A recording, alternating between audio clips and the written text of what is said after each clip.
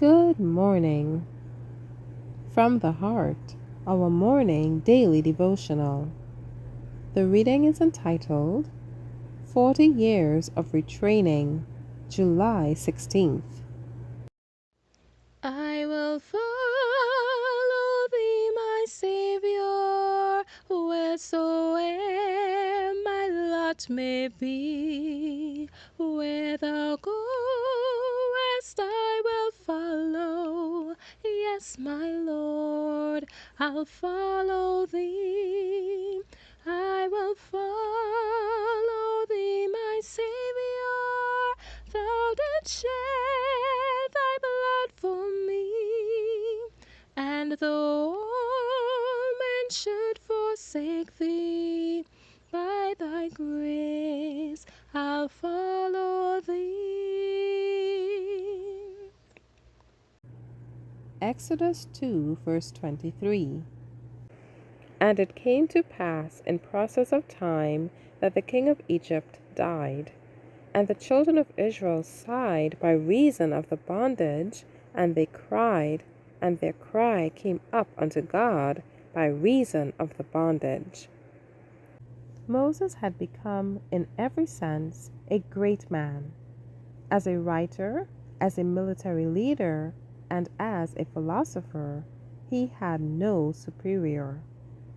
Love of truth and righteousness had become the basis of his character and had produced a steadfastness of purpose which no fickleness of fashion, opinion, or pursuits could influence.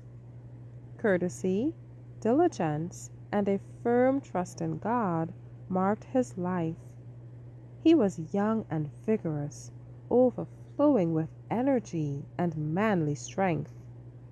He had deeply sympathized with his brethren in their affliction, and his soul had kindled with a desire to deliver them. Surely it would appear to human wisdom that he was in every way fitted for his work. But God sees not as man sees. His ways are not as ours. Moses is not yet prepared to accomplish this great work. Neither are the people prepared for deliverance. He has been educated in the school of Egypt, but he has yet to pass through the stern school of discipline before he is qualified for his sacred mission.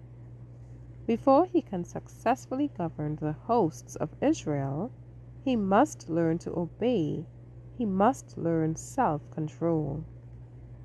For 40 long years, he is sent into the retirement of the desert that, in his life of obscurity, in the humble work of caring for the sheep and lambs of the flock, he may gain the victory over his own passions. He must learn entire submission to the will of God before he can teach that will to a great people. Short-sighted mortals would have dispensed with that 40 years of training amid the mountains of Midian, deeming it a great loss of time.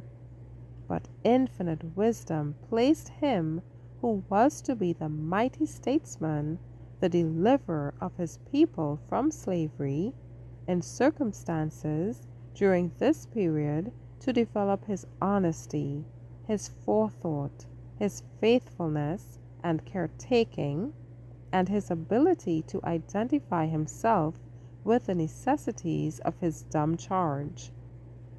Those to whom God has entrusted important responsibilities have not been brought up in ease and luxury. The noble prophets, the leaders and judges of God's appointment, have been those whose characters were formed by the stern realities of life.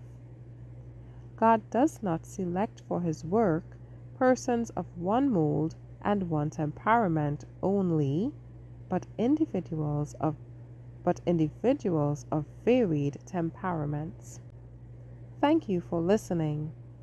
Shalom.